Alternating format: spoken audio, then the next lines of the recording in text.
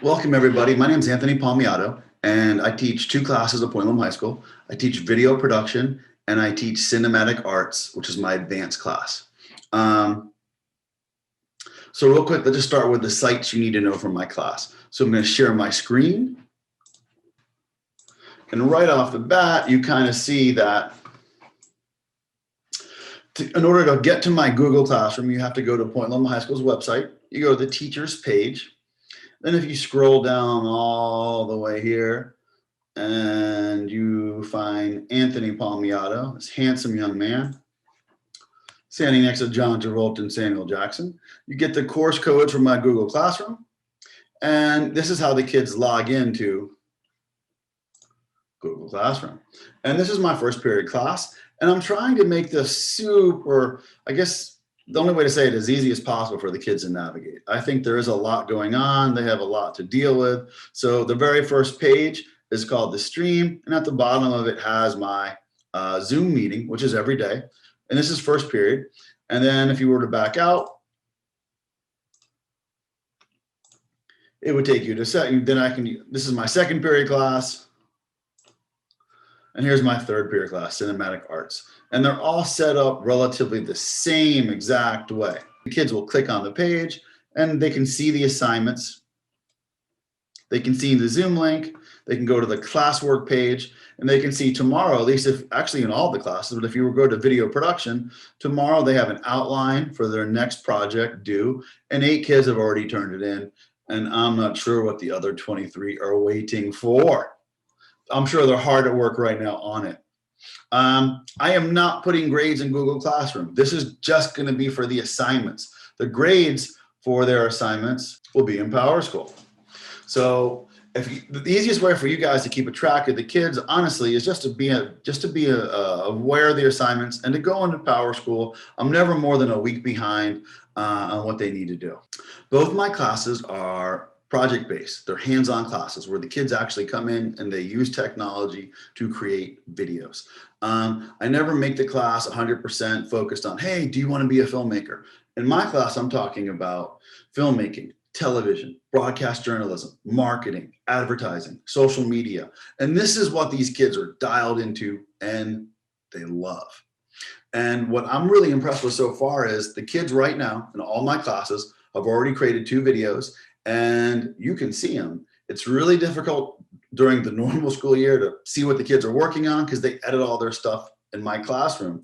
Well, now they're editing it at home. So I think you should ask them as soon as you get off this call or the Zoom video, say, hey, show me your stuff. They've done either tutorials, they've done a personal montage, and in my advanced class, the kids kind of made a TikTok media for social media, and they also did like a 15-second horror jump scare for Halloween. Cool. Okay, and right now, both of the classes, the kids are working on their first assignment, which is totally something they're going to create on their own. It's going to be a commercial. How is this working? There's a whole process that I take the kids through. First, we start out with coming up with some type of idea. Then they brainstorm the idea. They turn that brainstorm into an outline. They take that outline and they present it to the class. The class and myself help them improve that idea, maybe make it a little better, maybe give them some more points, some things to work on, some things to add. And then we take that idea, that outline, and we write a script. Then they're going to give me their script. I'm going to read it. I'm going to improve it. And now they're going to shoot their project. So you really have this whole process that the kids have to go through in order to create something. And that's why it's not just like, hey, let's make a video. No, they're telling stories. Hopefully sometimes there's an emotional feeling to go along with them, whether it's a funny comedy or it's a sad or it's inspirational. How are they being graded? Well, pretty easy, effort. And you can see effort. I mean, you can just see it. I can tell who spent 2, 3, 4, 5, 10 hours on a video versus who did this in 10 minutes. And I don't know how else to say it. And as the class moves on, as we move further along, the projects are going to get a little more in depth and they're going to be a little bit harder. And they need to be paying attention. They need to be in the room. They need to be present, at least if they want to be successful. But when I'm talking about grading the kids on effort, that means, heck, maybe they don't have their greatest project, but if they tried, I'm going to give them a good grade. And you can, like I said, you can see the effort. You can see they really spend a lot of time, and I'm hoping they'll get better as they go. I'm hoping they're going to like this. I am trying to be super flexible, not just this year, but all the time. I know they're learning things, but this is a technology driven class. So the kids are really, like, right now, especially, right? They're learning how to use Zoom. They're learning how to use Google Classroom. They're learning how to turn in assignments. I mean, there's so many different things going on. At the same time, they're still learning editing programs. So they're still learning how to use their camera, how to add effects, transitions, titles, music, sound effects. So there's a lot that goes into this. And so far, I'm really, really impressed. All right, so how can you help? Ask them what they're working on. Hey, so-and-so, what's your project in your video production class? Or what's your project you're working on in your cinematic arts class? And have them show it to you. Have them explain it to you. Help them make the idea better. Because really, this is where a lot of the kids I know to struggle. Like, yeah, they're great at writing essays and they're great at doing worksheets and answering questions with prompts, but this is different. They're creating this from scratch. And that might be a struggle for certain kids. I mean, the kids who really haven't dialed into their creativity yet, this could be a struggle. They might need some help. So ask them what they're working on. 2, watch their stuff.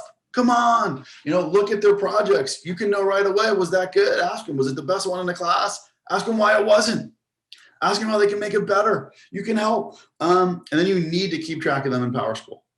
You can contact me whenever you want. My email address is on the faculty page. So that's the easiest way to stay in touch with me. All right, another way you can help me is be aware of what projects they're making for my class. Like, I'm really trying to figure out what are the common sense rules to making videos at home during a global pandemic.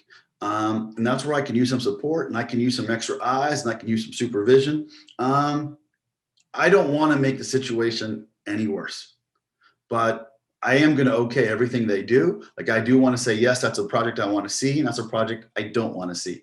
So I could really use some help there. And if that's not a school appropriate project, so tell them no. Tell them to move on. That's what I'm going to do. One more thing I've noticed is it's all over the place too. So there's 30 kids in the class right now, and as far as the Zoom meeting goes, the kids are doing all types of things. You have the kids who are doing this, and you're really reaching a point where it's not just one kid, it's easily half the class. They've realized they don't have to turn their cameras on. So I'm talking to a blank screen that sometimes has their name. I'll call on them and they're not there.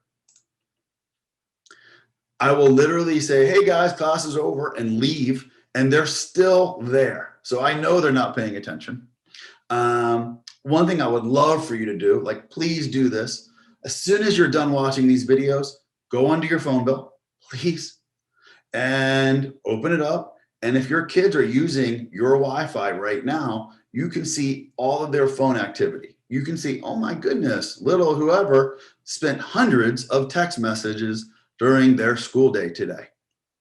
You could never see this before when they were at school, because at school the kids were pulling Wi-Fi, but now they're not. They're using your Wi-Fi. So you can actually check their data and what they're doing and who they're talking to. Are they paying attention? Do they have to have their cameras on? Not at all. I think they should. I'm also getting a lot of this. I mean, this is amazing. This is an amazing person to teach to. And there's this kid who just shows you the top of his forehead. So, I mean, there's a lot going on. But obviously, it's some of this is hard. Some of this is difficult. A lot of people are working from home. But if the whole point of this is to be professional and to teach the kids to grow up and deadlines and to mature and all this, then you have the cameras on. Some of these kids at this point, I still don't even know what they look like. So you decide. I'm not going to make a big deal about this, but I do know if their cameras aren't on, my guess is they're not paying attention. In conclusion, I really enjoy teaching this class. It's always a lot of fun. The next project, which for all 3 of my classes is a commercial, is due October 9th, so next Friday. I am a notorious easy grader. I am grading the kids based off of effort, and I am showing them what effort looks like. And my hope is that throughout the course of the year, I'll notice an improvement. And if they're putting in effort, you'll see improvement. But but your son or daughter has no excuse to not have an A or B. Please help me keep track of them in PowerSchool, and feel free to reach out to me over email with questions, comments, concerns. And that's it. Have a great day.